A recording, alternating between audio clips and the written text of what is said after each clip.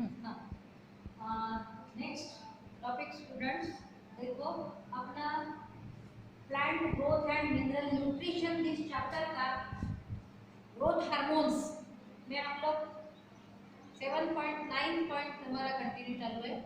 उसमें growth hormones का general हम लोगों ने कल ले लिया था।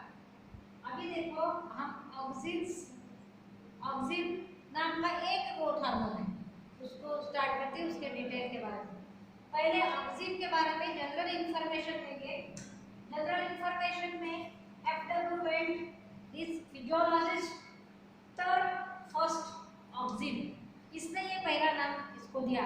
इसको ऑक्सिन ये नाम कहाँ कैसे रखा गया, तो ये इसलिए रखा गया वेंट। इसके नाम के साथ मल्टीपल चॉइस में क्वेश्चन आ सकता है। This auxin is first isolated from the urine of the patient suffering from pellagra. Pellagra नाम का एक यूरिन के रिलेटेड डिसीज है। ये पेलाग्रा डिसीज जिस पेशेंट को हुआ था उसके यूरिन में यह ऑक्सिन पाया गया। समझ में आ रहा है? मतलब सिर्फ प्लांट में ही नहीं तो दूसरे इसमें भी उसको मिला। वो ऑफ कोर्स नॉर्मल नहीं है, यूरिन का ये नॉर्मल कंटेंट नहीं है। आइसोलेट किया मतलब उन्होंने उसे सेपरेट करके दिया। In plants auxin synthesized in growing tips. कहाँ पर सिंथेसाइज होता है? शुरू में जो ध्यान में आया तो ग्रोइंग टिप्स, स्टेम और रूट के टिप पर। तो पहली बार वो स्टेम टिप पर पाया गया था। टिप मीन्स नोक, छोर स्टेम का, सभी ब्रांचेस का स्टेम का नोक पे यह ऑक्सिन तैयार होता है, सिंथेसाइज होता है। और इन मेरिस्टेमेटिक रीजन मतलब जहाँ पे सेल डिवीजन होने लायक सेल्स होते हैं, जिसको हम लोग मेरिस्टेमेटिक और मेरिस्टेम टेम्पररी टिश्यूज बोलते हैं, वो जहाँ पे होते हैं ऑफ कोर्स वहाँ से आगे ग्रोथ होती है, तो उस पॉइंट पर भी ऑक्सिन प्रोड्यूस होता है। Then this transported to the other plant parts, मतलब टिप पे या फिर जहाँ पे मेरिस्टेमेटिक टिश्यूज है वहाँ पे यह ऑक्सिन तैयार होगा और वहाँ से बॉडी के, प्लांट के बॉडी के दूसरे पार्ट्स में ट्रांसफर होगा, मीन्स ट्रांसपोर्ट होगा। तो जनरली ये ऊपर से नीचे की तरफ डाउनवर्ड डायरेक्शन में ट्रांसपोर्ट होता है, क्योंकि कभी एंड पे मेरिस्टेमेटिक टिश्यूज है और वहाँ से नीचे के साइड में आएगा, क्योंकि बाकी ऑर्गन्स दूसरे नीचे के साइड में है। Common and important natural auxin, common and important natural auxin that is indole 3 acetic acid. इसका जो ऑर्गेनिक फार्मूला है, ये फार्मूला का नाम दिया गया है इंडोल 3 एसिटिक एसिड। इसको शॉर्ट फॉर्म में बोलते हैं AIAA। आप लोगों को ये नॉमिनेशन कैसे करते हैं ऑर्गेनिक केमिस्ट्री में पढ़ाया जाएगा, राइट? यहाँ पे वो पढ़ने की जरूरत नहीं है। ये है नेचुरल, समझ में आ रहा है? क्योंकि बाद में इसके जैसा इफेक्ट देने वाले दूसरे तैयार किए गए कारखाने में, तो उन ऑक्सिन को बोलते हैं सिंथेटिक ऑक्सिन। उनके अलग अलग फार्मूले हैं, वो आपको बाद में पता चलेगा। ट्रिप्टोफैन, ऑक्सिन में एक फैक्टर होता है tryptophan. This tryptophan of course it is also one of the chemical. ये ट्रिप्टोफैन इज प्रिकर्सर, ये ट्रिप्टोफैन प्रिकर्सर करके काम करता है, मींस ये ऑक्सिन का फंक्शनल ग्रुप करके काम करेगा फंक्शन करने के लिए। आप उसमें सिर्फ वर्ड याद रखो, क्योंकि वो प्रोसेसिंग बाकी डिटेल आपको यहाँ पे नहीं करना है। आप लोगों को ज्यादा उत्सुकता लगी तो किसी विषय के बारे में डिटेल आप लोग बाद में पढ़ सकते हैं, यहाँ पे वो नहीं है। Then first it is to be discovered in plant and that affect cell elongation. पहली बार जब ये डिस्कवर हुआ प्लांट्स में तो उसका इफेक्ट क्या था? Cell elongation. पहली बार ये ध्यान में आया कि ऑक्सिन जब तैयार हुआ, जो ऑक्सिन जहां पे पहली बार मिला तो उसका परिणाम क्या था? Cell elongation.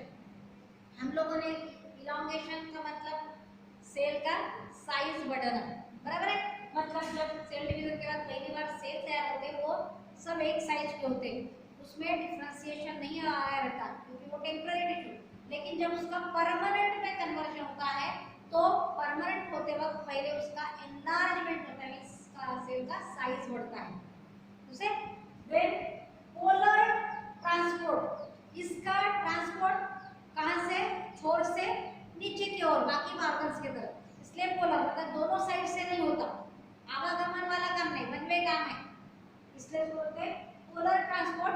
मींस यहाँ है तो यहाँ से इधर, यहाँ है यहाँ से इधर, इधर से वापस नहीं, एक ही डायरेक्शन में उसका घूमे ट्रांसपोर्ट होता है, इसलिए बोलते हैं polar transport.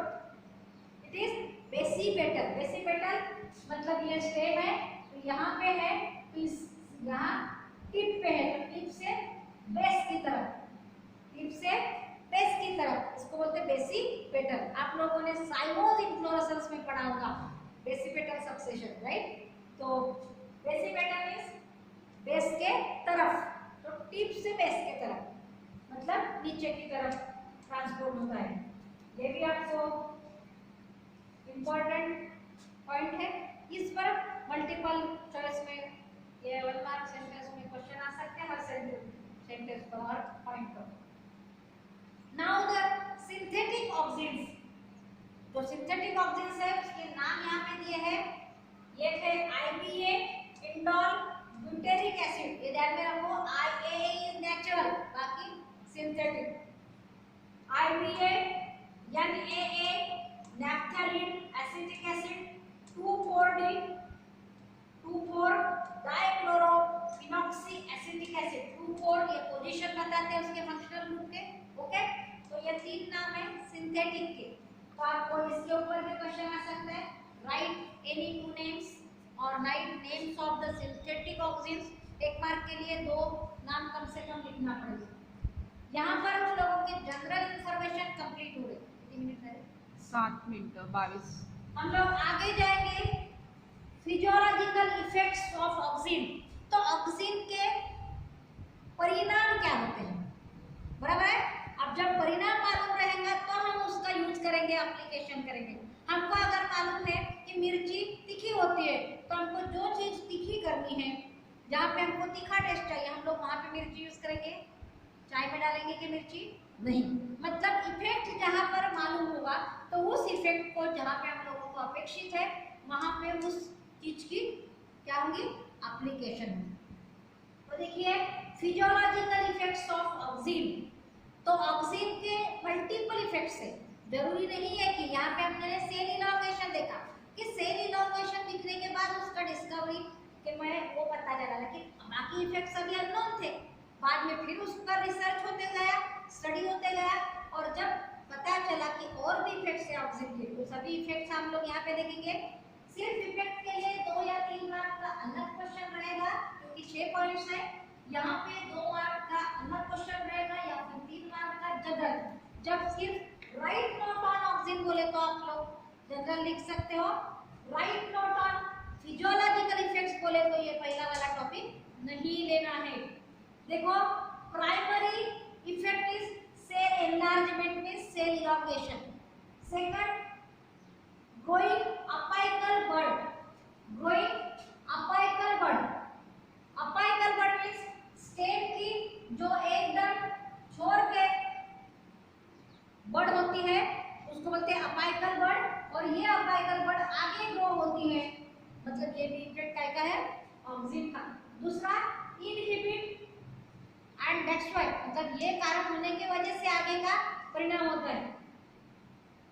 Inhibit lateral buds, जब तक ये नोक वाला अपाइकल बड है तब तक इधर साइड वाले नहीं रहेंगे। आप देखो तुलसी का जो पेड़ है और कुछ पेड़ है कि ऐसे लंबा लंबा होता जाता है लेकिन उसको टहनियां नहीं आती। अगर ऊपर वाला नोक तोड़ दिया गया तो फिर नीचे से टहनियां आती। समझ में आया? क्योंकि जब तक ऊपर का नोक है वहां पर जब तक ऑक्सीजन वही ग्रो हो रहा है, तो वो ग्रो हो रहा है तो नीचे से ब्रांचेस नहीं आती। मतलब नीचे से मींस साइड में जो बर्ड्स होते हैं ये लैटरल बर्ड्स, ये ग्रो नहीं होते, इसलिए इसकी टहनियां नहीं होती। तो ऐसे समय एक ही खड़ा खड़ा, तो आप उसके नोक को तोड़ डालो। नोक को तोड़ डालोगे तो अपने आप ही नीचे से क्या होंगी, दूसरी टहनियाँ आना शुरू हो जाते हैं। देखो कभी कभी यहाँ की पत्ती तोड़ डालो तो यहाँ से ब्रांच जाती, नहीं तो नहीं आती। समझ में आए? तो इसको बोलते हैं इनहिबिट। इनहिबिट मींस रोकना, लैटरल वर्ड्स। इस इफेक्ट को बोलते हैं अपाइकल डोमिनेंस, मतलब अपाइकल मींस अपेक्स में प्रभाव होना। स्टिमुलेट ग्रोथ, ग्रोथ को बढ़ावा देता है।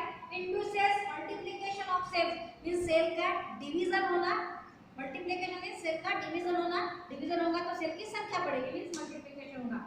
Use in tissue culture technique, और इस परिणाम की वजह से, इस इफेक्ट की वजह से इसको टिश्यू कल्चर टेक्निक में ऑक्सीजन का उपयोग किया जाता है कैलस प्रोडक्शन के लिए। आपको ध्यान रहेगा। Stimulates lateral and adventitious roots both, तो लेटरल एंड एडवेंटिशियस रूट्स की ग्रोथ के लिए भी ये स्टिमुलेट करता है। बिल्कुल ये इस टाइप का इफेक्ट कि ऊपर का नोक तोड़ डाले तो फिर लेटरल बड्स बढ़ते हैं, वैसे यहाँ लेटरल रूट्स बढ़ते हैं। क्योंकि रूट जब तक बड़े नहीं होंगे तो पानी और मिनरल्स खींचा नहीं जाएगा जमीन से, तो प्लांट और बढ़ नहीं पाएगा। सिंथेटिक हर्बिसाइड्स, मोनोकॉट प्लांट्स में अगर डाइकॉट प्लांट लग गए हैं, जैसे धान में गेहूं में अगर दूसरे प्लांट लग गए हैं जो डाइकॉट प्लांट्स है, तो उसका लेबर लगा के खींचना पड़ता है, लेकिन ज्यादा ही है। तो ऐसे समय क्या करते हैं, अर्ली कंडीशन में, शुरू में ही क्या करते हैं, हर्बिसाइड्स जो ऑक्सीन का उपयोग करते हैं। हर्बिसाइड मींस इस हर्ब, तन जिसको बोलते हैं, निंदन करने के लिए जो यूज करते हैं, खेती करने वालों को मालूम है। इस हर्ब को मारने वाला करके इसका ऑक्सीन का उपयोग होता है, क्योंकि वो सिर्फ डाइकॉट प्लांट को मारता है, मोनोकॉट प्लांट को नहीं। तो इसका उपयोग ये भी होता है। सिंथेटिक 2,4-D नाम का मैंने यहाँ नाम दिया है। वो 2,4-D वाला सिंथेटिक ऑक्सीन जो है वो हर्बिसाइड करके काम करता है। ये यहाँ पे लॉन्ग फॉर्म दिया है दैट यहाँ एक्सप्लेन किया है, kill dicot weeds without affecting monocot crop plants. ध्यान में आया? तो these are 6 effects, physiological effects नहीं लिखा है, फिजियोलॉजिकल खाली इफेक्ट्स ऑफ ऑक्सीजन लिखा है, तो भी ये क्वेश्चन में मैं होमवर्क के क्वेश्चन यहाँ लिख के नहीं दे रही, एक्सप्लेनेशन में बोल रही है, वो आपको क्वेश्चन को लिख के रखना है और उसके आंसर यहीं पे होते हैं। वो आंसर आपके कॉपी में नोट किया करो, क्योंकि बार बार आप वीडियो नहीं देखो।